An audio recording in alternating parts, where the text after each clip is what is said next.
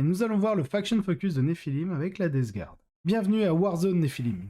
Il n'y a jamais eu de bouleversement aussi important au cours d'une édition de 40K. Et en juin, Games Workshop a sorti un nouveau pack de missions avec de tout nouveaux secondaires, a changé la façon dont les points de commandement fonctionnent dans les jeux, a publié de nouveaux points entièrement numériques pour la toute première fois, et a publié une nouvelle grille de données d'équilibre, changeant radicalement les niveaux de puissance de certaines armées. Tout changement important entraîne une nouvelle série d'articles sur les factions, et nous faisons la même chose pour Nephilim que pour Nashmund. Dans cet article, The Chirurgeon parle de la garde de la mort, donc la Death Guard, en expliquant comment la faction a changé, ce que cela signifie pour les joueurs, comment ils vont s'en sortir dans la nouvelle méta, et en rédigeant une liste avec quelques idées pour les jouer. La Death Guard a été incroyablement salie par la FAQ de février, cher lecteur, et pendant un certain temps, les choses sont devenues assez désastreuses, alors que nous avons finalement obtenu l'armure du mépris et les Terminators obsèques. La Death Guard est rapidement passée de lutte, pour rester au milieu du peloton, à l'une des pires factions du jeu.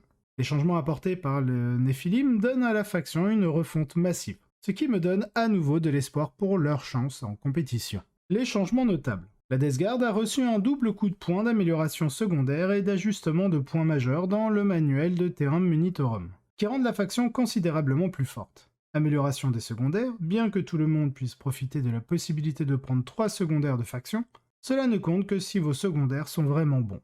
Et la Death Guard ont maintenant un excellent secondaire, répandre la maladie, et 2 secondaires décents qui sont un peu plus situationnels. Et si nous avons perdu l'emprise, nous ne la marquions pas très souvent à la fin de Nashmund de toute façon. La baisse de points, toutes ces hausses folles de points sur les Poxwalkers et les Terminators en février, annulées. De plus, des baisses de points supplémentaires sur une tonne d'unités clés comme les transporteurs de fléaux, les Plague Burst Crawlers, les pathogènes mortels et Mortarion donnent à la faction plus d'atouts pour travailler. Les armes gratuites pour les Marines de la Peste, c'est de loin le changement le plus important.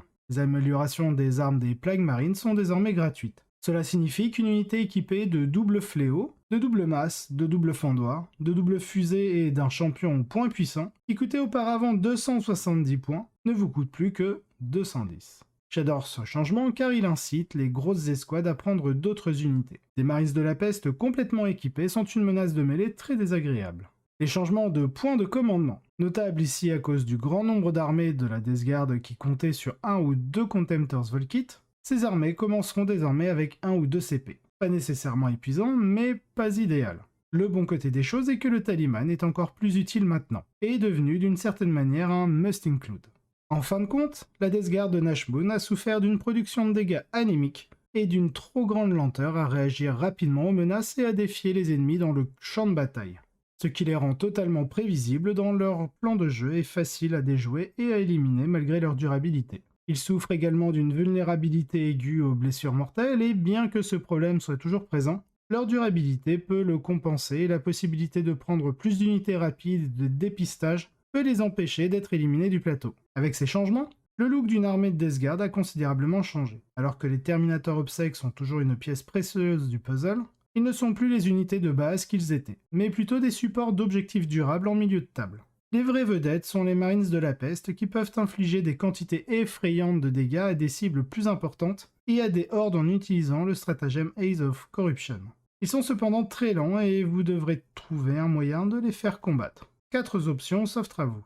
Les Rhinos sont l'option la moins chère et probablement la plus commune du groupe, offrant une bonne durabilité et une bonne vitesse. En plus d'avoir des contagions, ce qui en fait de bonnes unités pour le terrain spolié s'ils survivent jusqu'en fin de partie. Ce qui devient plus probable si votre adversaire ne les élimine pas avant que ces Marines ne sortent.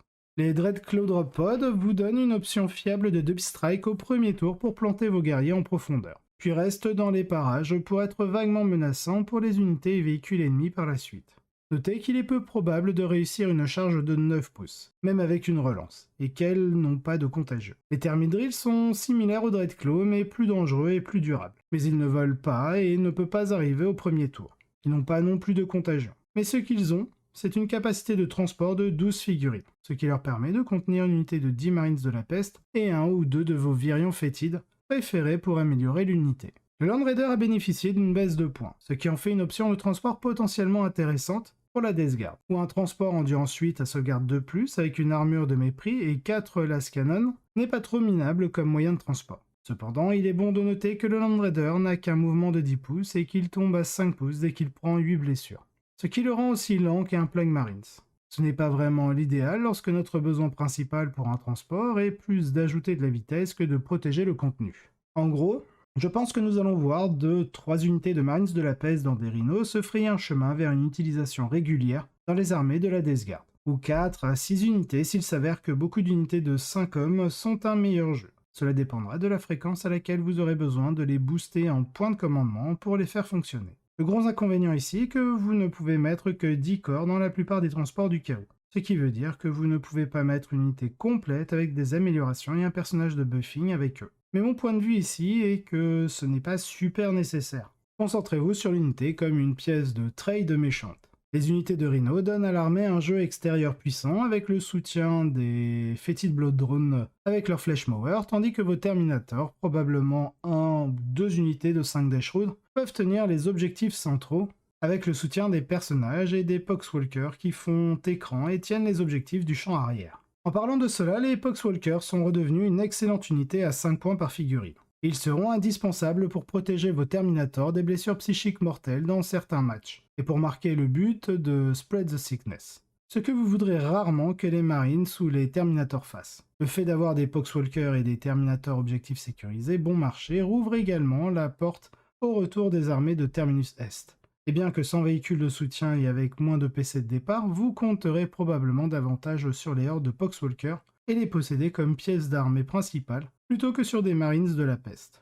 Cela dit, c'est peut-être aussi le moment où le Noxious Blightbringer entre en jeu, en donnant à vos Marines un mouvement de plus un pouce. Et comme il n'améliore pas les Poxwalkers, il pourrait n'être utilisé que par les armées DG standards qui ne veulent pas utiliser de transport. Même si j'ai très envie d'utiliser Mortarion, même avec la baisse de 40 points, il est toujours surcompensé par rapport à un chevalier. Il y a trop de tirs qui peuvent le faire disparaître rapidement du plateau. Sans compter qu'il n'est pas assez rapide ou assez puissant pour gagner des points contre de nombreuses armées. Jouer aux missions Néphilim. L'un des aspects les plus positifs du pack de missions Néphilim est que les missions n'ont pas beaucoup changé. Plus de la moitié des missions offrent aux forces de la Death Guard un objectif de milieu de table à prendre et à tenir. Ce que les Terminators de la Death Guard sont spécialisés à faire. Surtout s'ils passent en second et que l'adversaire fait l'erreur de leur donner un mouvement de charge gratuit. En ce qui concerne les objectifs, pratiquement toutes les armées de la Death Guard voudront utiliser les Poxwalkers et Spread the Sickness, qui représentent maintenant 11 points de victoire relativement faciles dans la plupart des parties et 7 au pire. Surtout maintenant que les unités ennemies ne peuvent pas vous empêcher de contaminer un objectif. Ensuite, il y a le Despoiled Grand et les Fling Vector, deux options qui dépendent davantage du match-up, et qui restent bonnes en soi. Despoiled Grand est moins un win more, vous récompensant pour votre dispersion sur la table en fin de partie, et jouera mieux contre les armées qui veulent jouer un jeu plus direct, plus fin et éviter vos unités les plus dures. Il sera également plus facile de marquer des points sur les cartes avec déploiement en quart de table, puisque vous aurez plus de facilité à entrer dans 3 quarts de table et dans la zone de déploiement de l'adversaire. Il est également excellent sur les artefacts manquant à sécuriser, où votre jeu consistera à rapprocher les objectifs les uns des autres pour les garder à portée de contagion. Fling Vector sont également situationnels. Ils dépendront de votre capacité à faire tourner les figurines et les unités. Ils seront plus utiles contre les hordes ou les armées avec des figurines plus fragiles. Et si vous utilisez des Terminators, vous voudrez garder des points de commandement à portée de main pour tirer Break the Spirits afin de marquer les points bonus et forcer les échecs de morale. Notez que les spawns du chaos sont également une bonne paire pour cela, car leur aura Fearsome donne aux unités ennemies moins 1 en commandement dans un rayon de 6 pouces, ce qui aide à agresser les rouages de ces tests. En dehors des secondaires de faction, nos options sont limitées mais pas terribles. The Last n'existe plus, Grind and Dawn peut parfois être un choix décent, et si Miasma of Pestilence et Curse of the Leper sont solides, ils ne sont pas les piliers de l'armée. Ce qui fait de Psychic Interrogation un choix décent si vous n'êtes pas face à un adversaire qui peut facilement refuser vos tentatives. C'est aussi un bon choix si vous utilisez un Prince Démon et un Plague Caster, puisque le Prince Démon n'a droit qu'à un seul lancer de toute façon. Bien que cette liste de choix d'objectifs secondaires ne soit pas aussi forte que d'autres, vous trouverez généralement que marquer des points de victoire en tant que Death Guard est beaucoup plus facile qu'avant, et vous avez plus de choix proactifs à faire, même si votre adversaire ne donne pas le maximum de points pour un objectif secondaire mortel.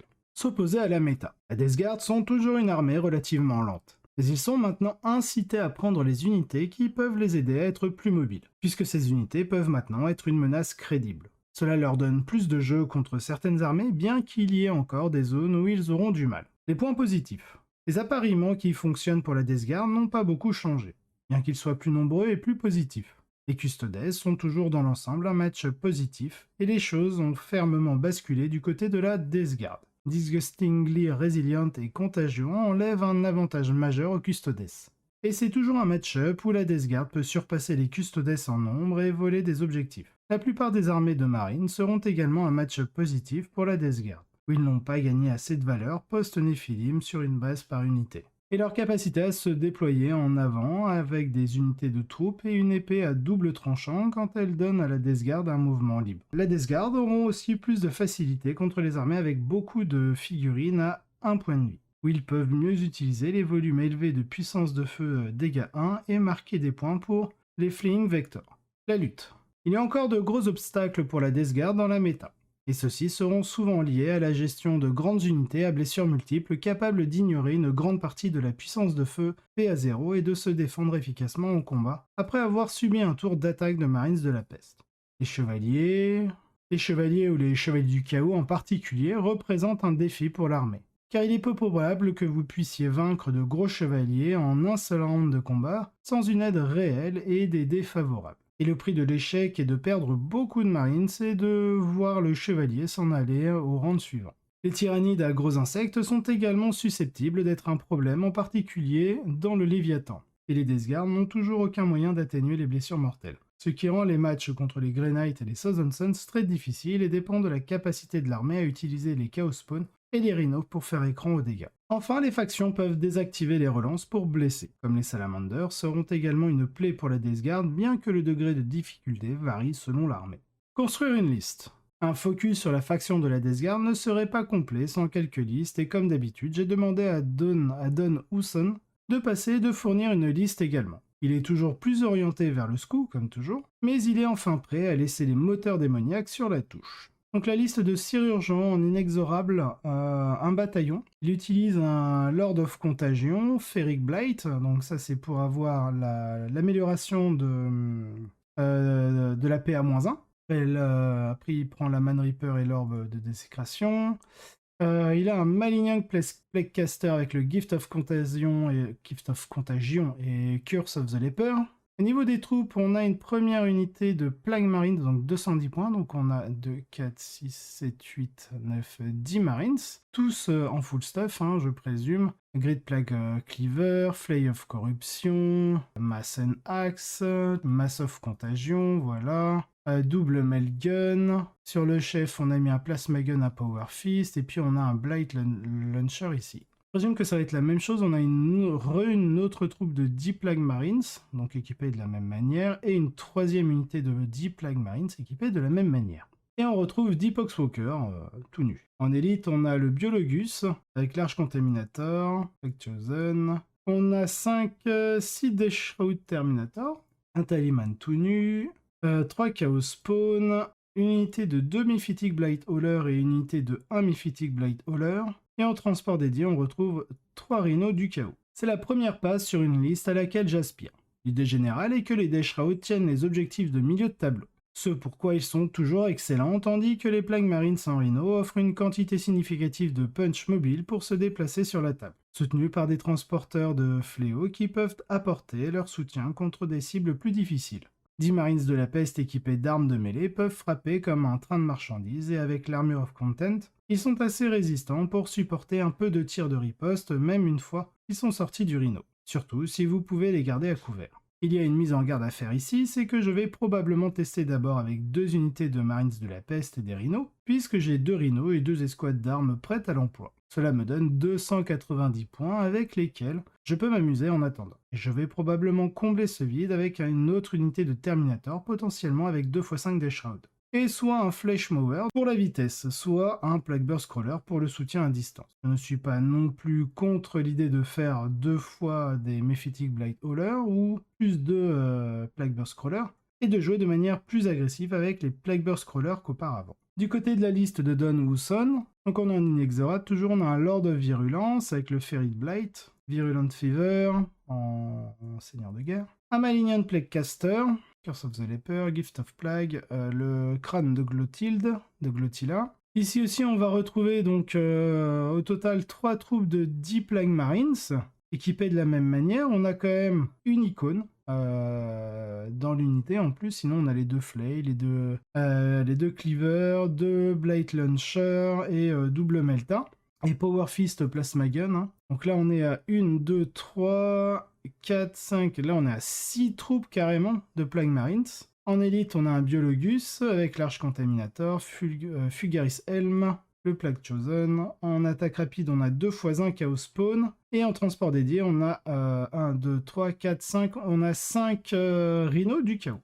La liste de donnes est très orientée vers les nouveaux Plague Marines, remplissant un bataillon avec 6 unités de Rhinos et un soutien minimal pour le reste. Mais il a beaucoup de muscles, objectifs sécurisés à balancer. On a aussi donc une liste de Lucas Vobak, en Terminus Est.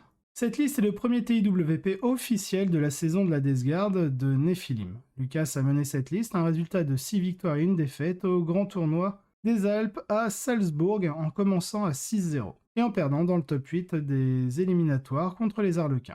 Donc du coup au niveau Terminus Est, lui il a un full Blight Spawn en no slot avec le Vicious Death en Deadly Pathogène et il a la Stench Vat. En QG, donc, il part sur un bataillon. Il a double Malignant Plaguecaster. Il y en a un avec le miasme de pestilence, la putrescente Vitality. L'autre avec le Field Sensor, Longrot et Rotwind. Ensuite, il a un Lord of Virulence avec le Virulent Fever, l'Arche Contaminator, Fugaris Helm. Il a une unité de 20 pox, une unité de 10 pox. Ensuite, en troupe, on retrouve 5 Plague Marines avec un Blade Launcher, un Cleaver, un Flay, voilà. Et les 2 unités sont identiques. Ensuite, on retrouve 3, 4, 5 Blade Lord, 5 Blade Lord, donc on a 15 Blade Lord en tout, en 3 unités de 5, avec un Flay of Corruption, et sinon du Bale Sword. Ok.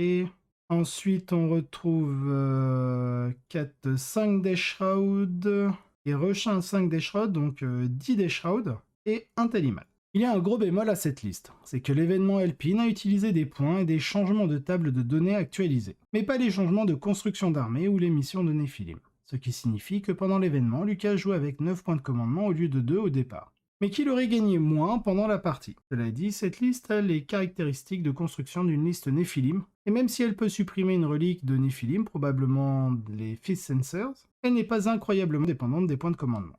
Cette liste se contente de miser sur une tonne de Terminator en utilisant les nouveaux coups de points réduits pour faire tourner 5 unités de Terminator. 3 x 5 Blight Lord et 2 x 5 Death Shroud. Ceux-ci sont soutenus par 2 gros blobs de Poxwalker qui peuvent se précipiter en avant en utilisant le stratagème Unleash the Horde.